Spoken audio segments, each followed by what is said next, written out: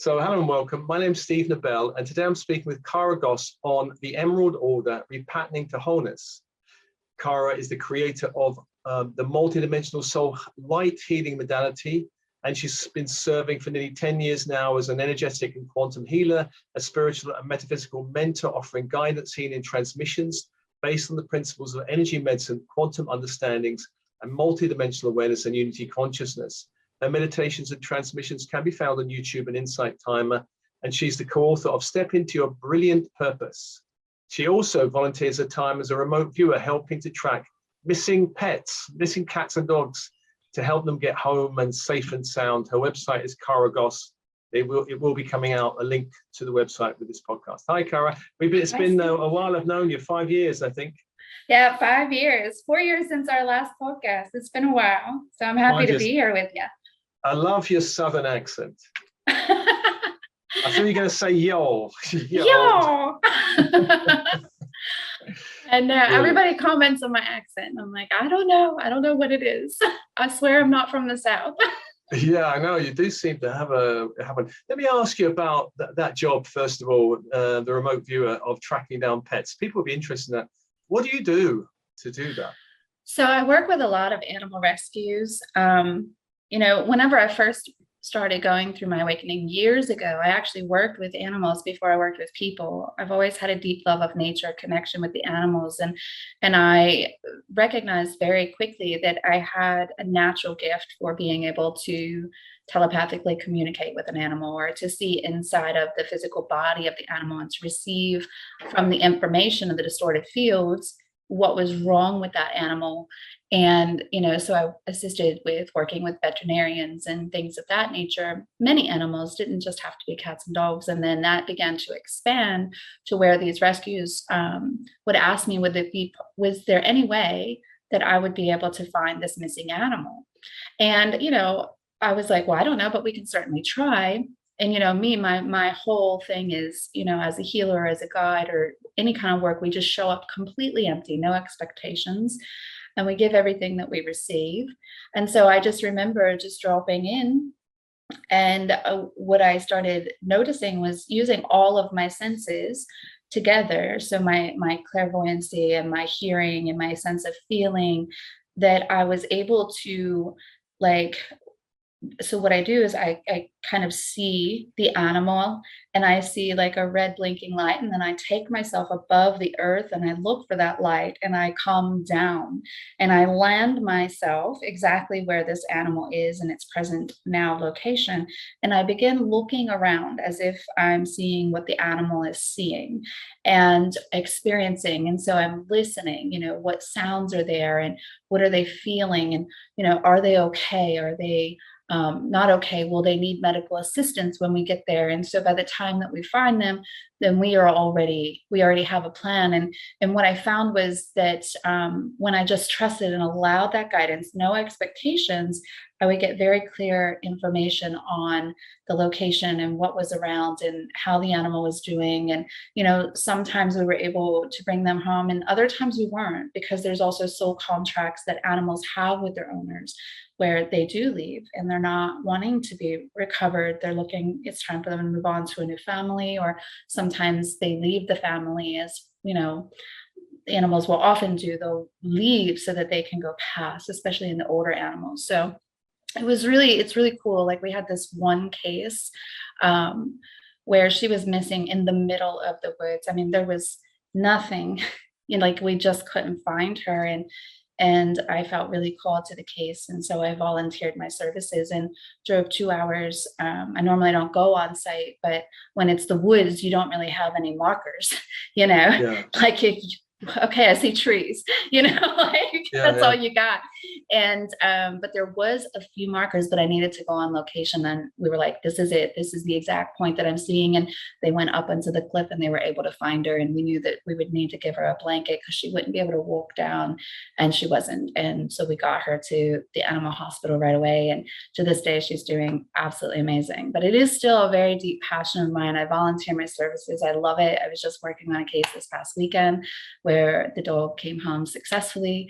And it's really something that really lights my soul on fire. So I use my sight and my ability to read the information in the field to find the animals, just like I do whenever I'm reading the information in a person's field, because there is no separation or space-time. It's just all energy and all information. So, right. Well, let me ask you about what the focus today, this kind of subtitle, Repatterning to Wholeness. And can you just say something about repatterning to wholeness? Because it's a kind of saying that we're not whole and most people don't feel whole. What is this process of repatterning to wholeness? well, I think that we're always whole. I think that we're always that co-creator of the divine spark within us. I think that we carry an illusion that we're somehow separate from source, and we also carry the illusion that we're somehow separate from everybody else or somebody else, especially that which is really outside of our known experience, right?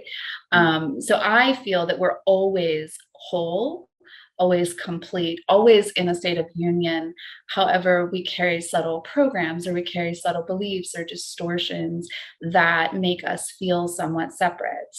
And it can also, but we also have to talk about the physiology of that as well. Like when we do feel separate, when we're in a state of stress, when we're in a state of overwhelm, or we're in judgment or anger or blame, these lower energetic feeling states, we do actually, even physically, can feel more separate, right? Like I'm seeing a lot of people now that are coming and they're seeing me and they're saying, I feel completely disconnected from spirit. Where's your focus? How are you feeling in your body? That's why a lot of times we heal the nervous system in the beginning of the awakening, and then we go through a cycle, an awareness of awakening, and we end up having to heal the nervous system again. Yeah. Right? Because we come into these, how do we want to put it? These fields of experience that maybe evoke fear, or not really understanding of darkness or shadows. And, we take on these narratives and these experiences in the fields of reality, which I think all things exist. And, all things are made under under source, but it's our interpretation of that. And so when we have these discordant beliefs that every single person has, I'm currently writing a book, and it's about how everyone carries the seeds of evil within them. And people don't like that. They don't like to hear that. But if we think about it, given the right circumstances, we would, and humanity has, created and done the most heinous things to other people.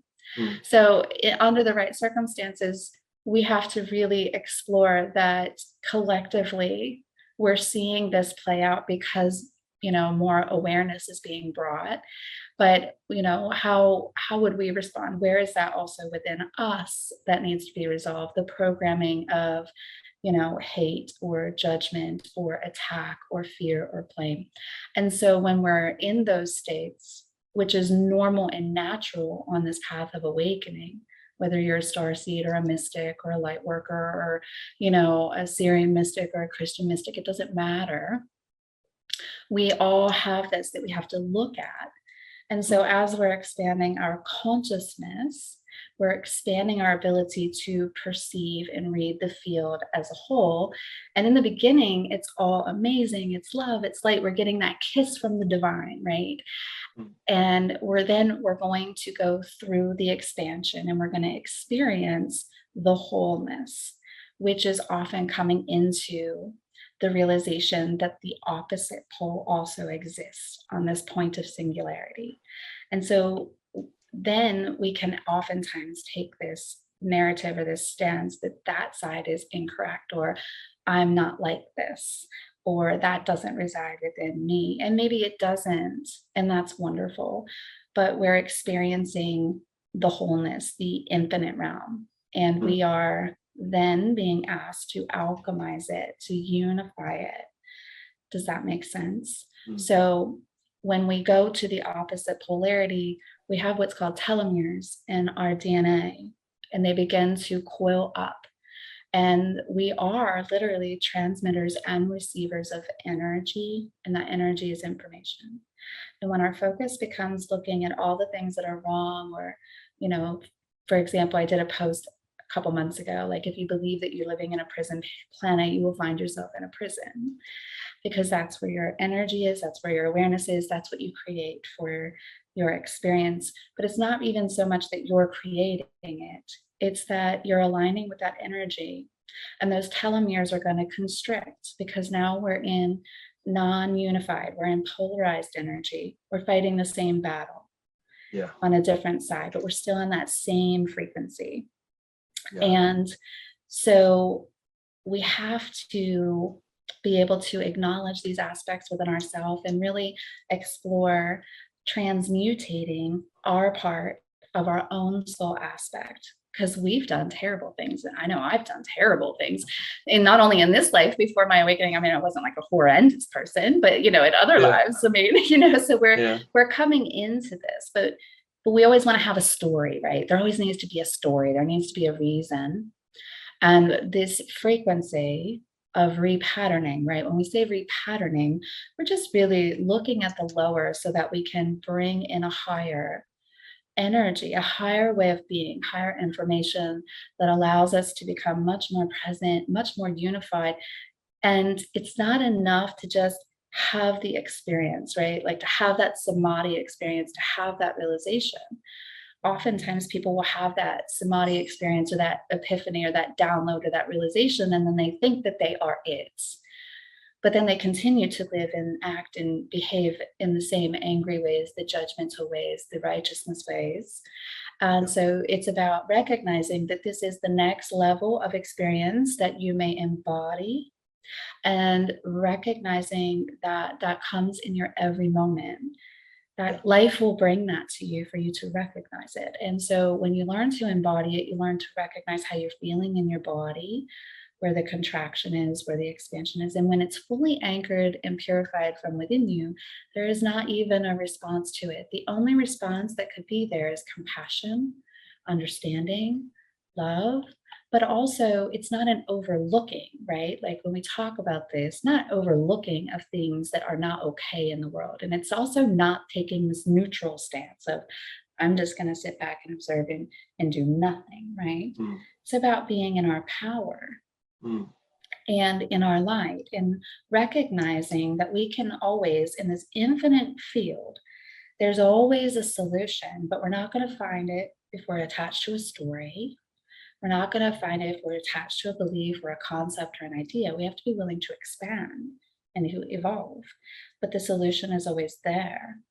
And that doesn't matter if we're dealing with, the things that we're seeing globally or the things that are happening to our food.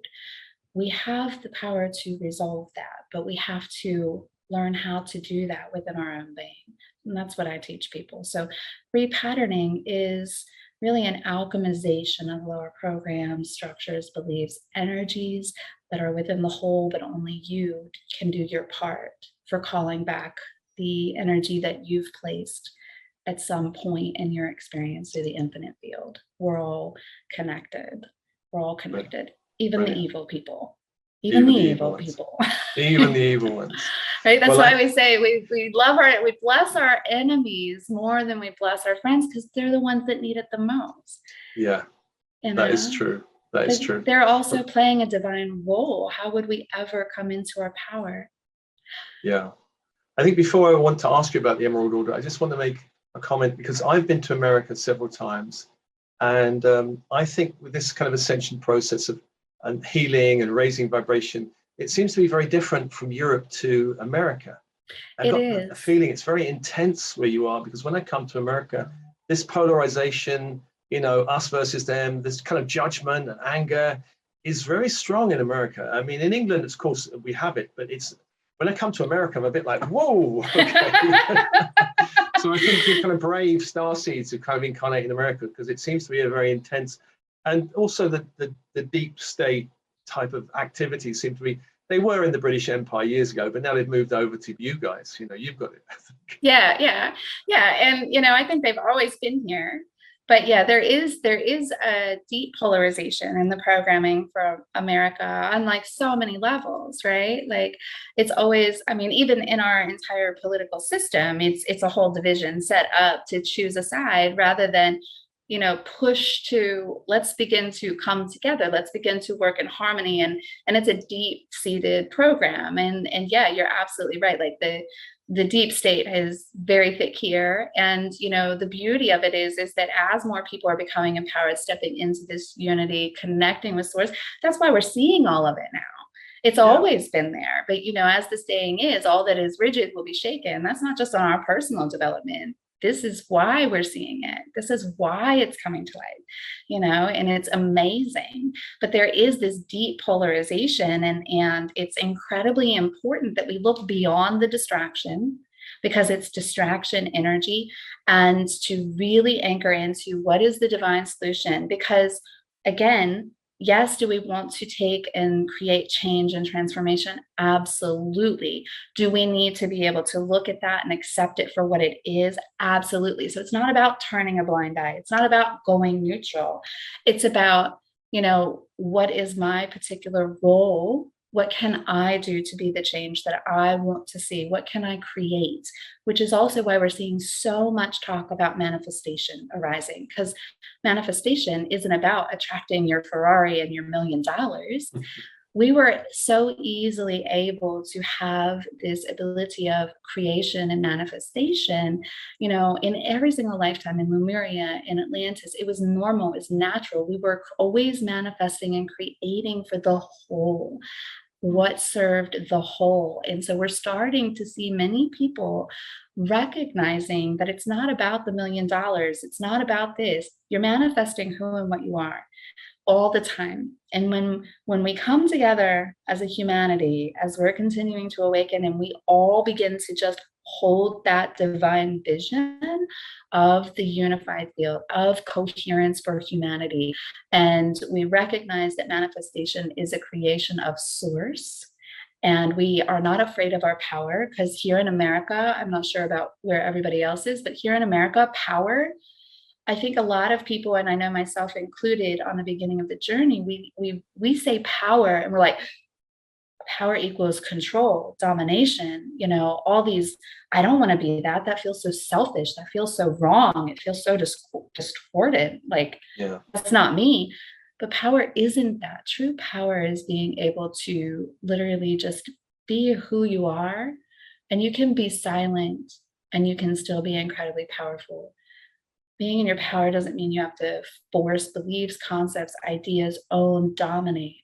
It's this gentleness that's so powerful. This needing, this expecting the world to just be love as love, and so I think we're seeing all of this arising in the collective, because we are already going through that repatterning process, where all of this is coming up, and we've been doing this work for many, many, many years, and we talked about this, what was it, like 2 years ago? I said, oh, Steve, get ready.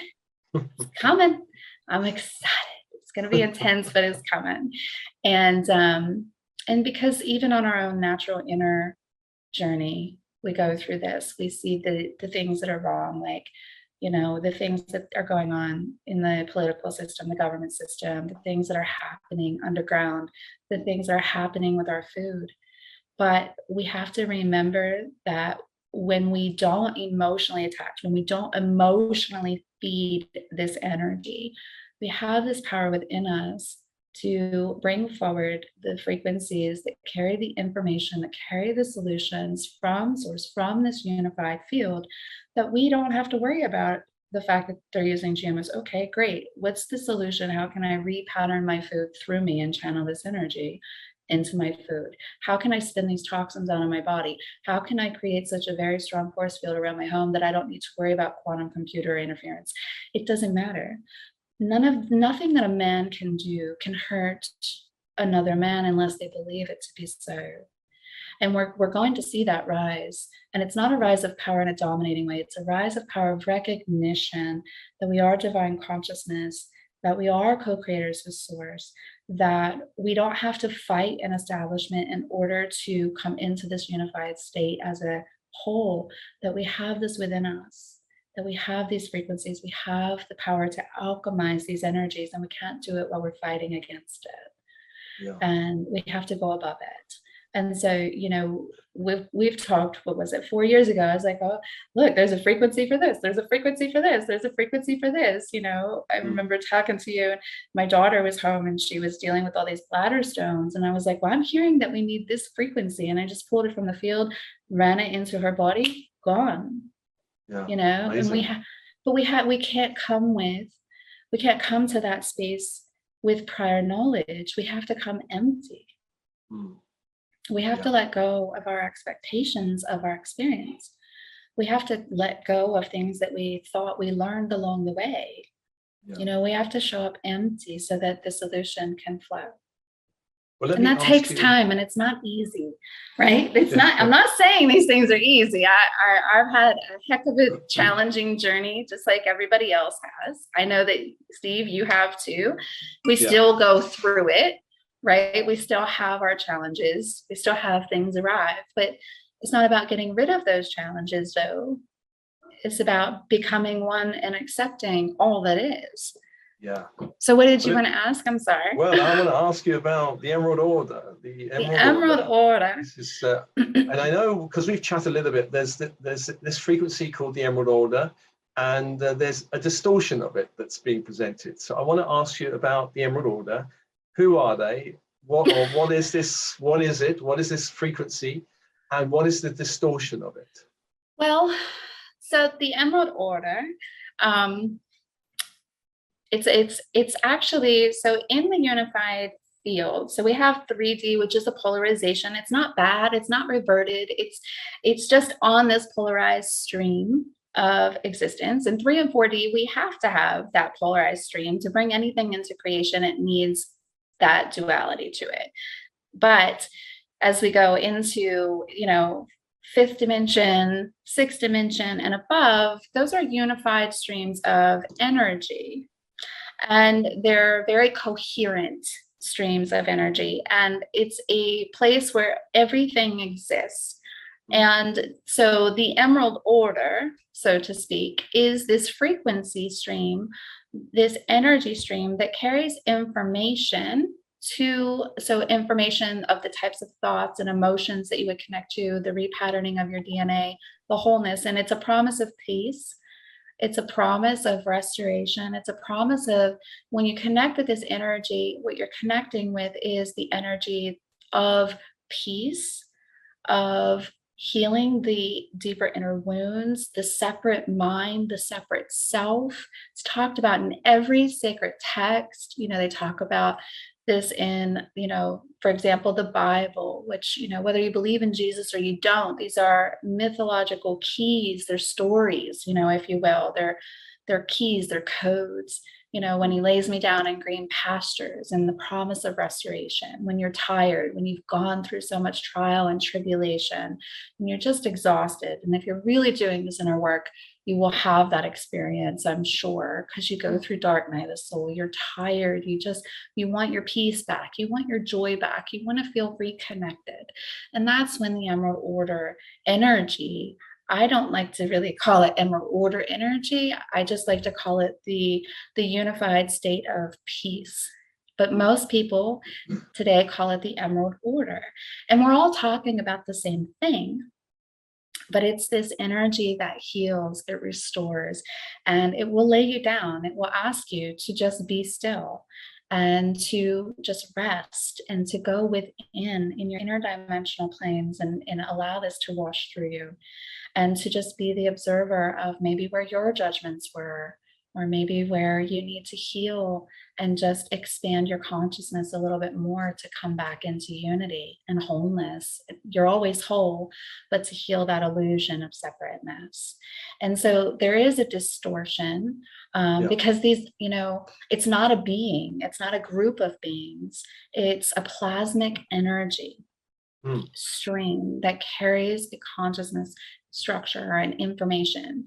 We call it, downloads or codes, but there is a distortion, that can arise. And I think it's important that we can recognize that I've seen many beings, Steve. You have too. I've worked with Syrians and Arcturians and, those things as well. So it's not about that, but there are streams where I think our human self needs to give it a label and a story, and it needs to have some sort of background. And there's always a war going on, or there's always some dark force going on with it within this narrative.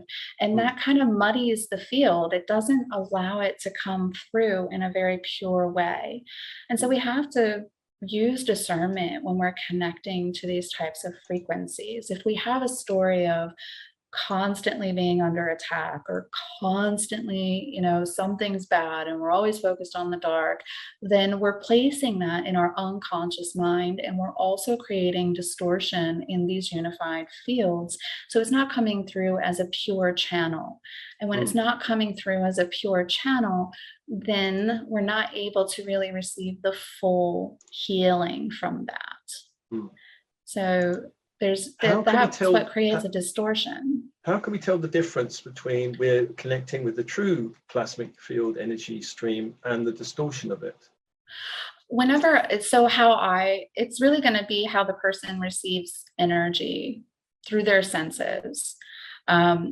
So for me, how it feels for me is there's almost like a level of anxiety to it. Okay. Or you can't necessarily go by contraction, because even sometimes, like, for example, when our heart space is expanding, it feels contracting, right? Because we're moving a lot of energy. So contraction in your body is not always the best indicator, because if there's a high frequency energy coming in, then you might feel a little contraction because it's really highlighting what's shifting. Yeah.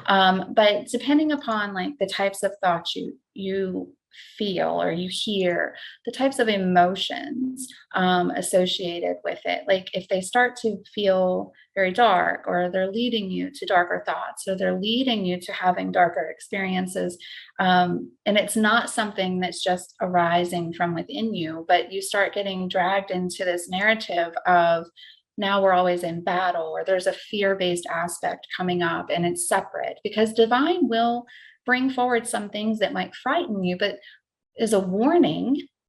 They're always going to warn you if something is coming, but they're going to give you the solution to see you through. There's not just going to be all bad and no solution.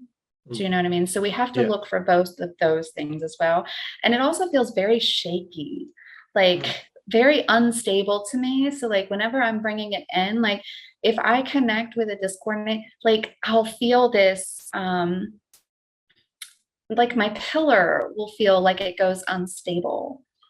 And so it's really about learning to discern in your own way. Like I have one student of mine who, when she's picking up on energy and it's discordant, she'll smell it, and she'll get this really terrible smell, and you're not really going to know. You're going to have to walk through it. That's why we're given spirit of discernment, right? We have to navigate, because we always have discordant energy around us. It's not about really running away from it.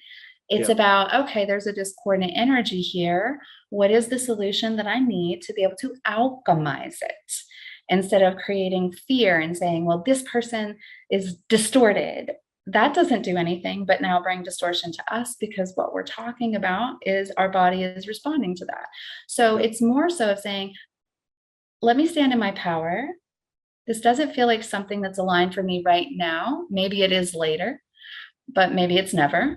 And, let me alchemize, let me breathe, let me expand my aura, let me lift, into the higher frequencies within me of love, compassion, and let me, become that. Let me expand, let me open my Care Bear heart, and shine that light out rather than contract or run or judge.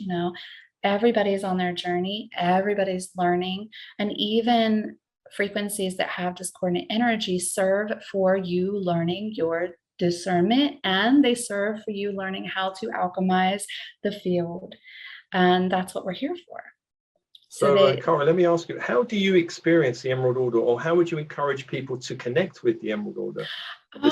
That's a great question. It's actually very, very simple. So how I perceive it might be different than how somebody else perceives it, because, we're always going by our own templates and the way that we understand energy. However, how I see and perceive it is a very beautiful diamond green energy, and it's all around you all the time. It's in the earth, it's in the air, it's in the sky, it's in your interdimensional self, your mystical self. And really, you just call forward. So I call forward and forth my unconscious, subconscious, superconscious mind, my connection to my I am, my oversoul, my monad, my higher self in the 6th dimension, higher self in the 12th dimension, the wholeness of all that I am, to come connect and fully be with me in the unfolding, expanding, unified field, to bring forward the divine frequencies of restoration, of peace, of harmony, of upliftment and flow. And then I just allow this to really place my awareness on the feeling around all of my centers, all of my chakra centers. And I just allow this coherent energy to just connect and align. And I allow myself to receive and to restore. And I just let this pour in, because connecting, it's only through our intention, our request, and our awareness go immediately there, whether we can see or not, whether we can feel it right away or not. It doesn't matter, because wherever our request goes is where we're calling to. We place our awareness there, we receive the energy. And so that's how I call it in. That's a pretty and then good I don't way. have to worry about whether it's a discordant field or a reverted field, or who cares? We have a unified field, we're whole. And when we connect with that, all of the other things are going to fall away. We're going to witness them, but we don't need a story or an emotional attachment. Yeah. You know, that's the beauty. Brilliant, Cara. That is a wrap. That is brilliant. Thanks, Cara. It's lovely chatting with you. It's been a few years, and we'll do it again soon. Yes, always lovely chatting with you, Steve. Always.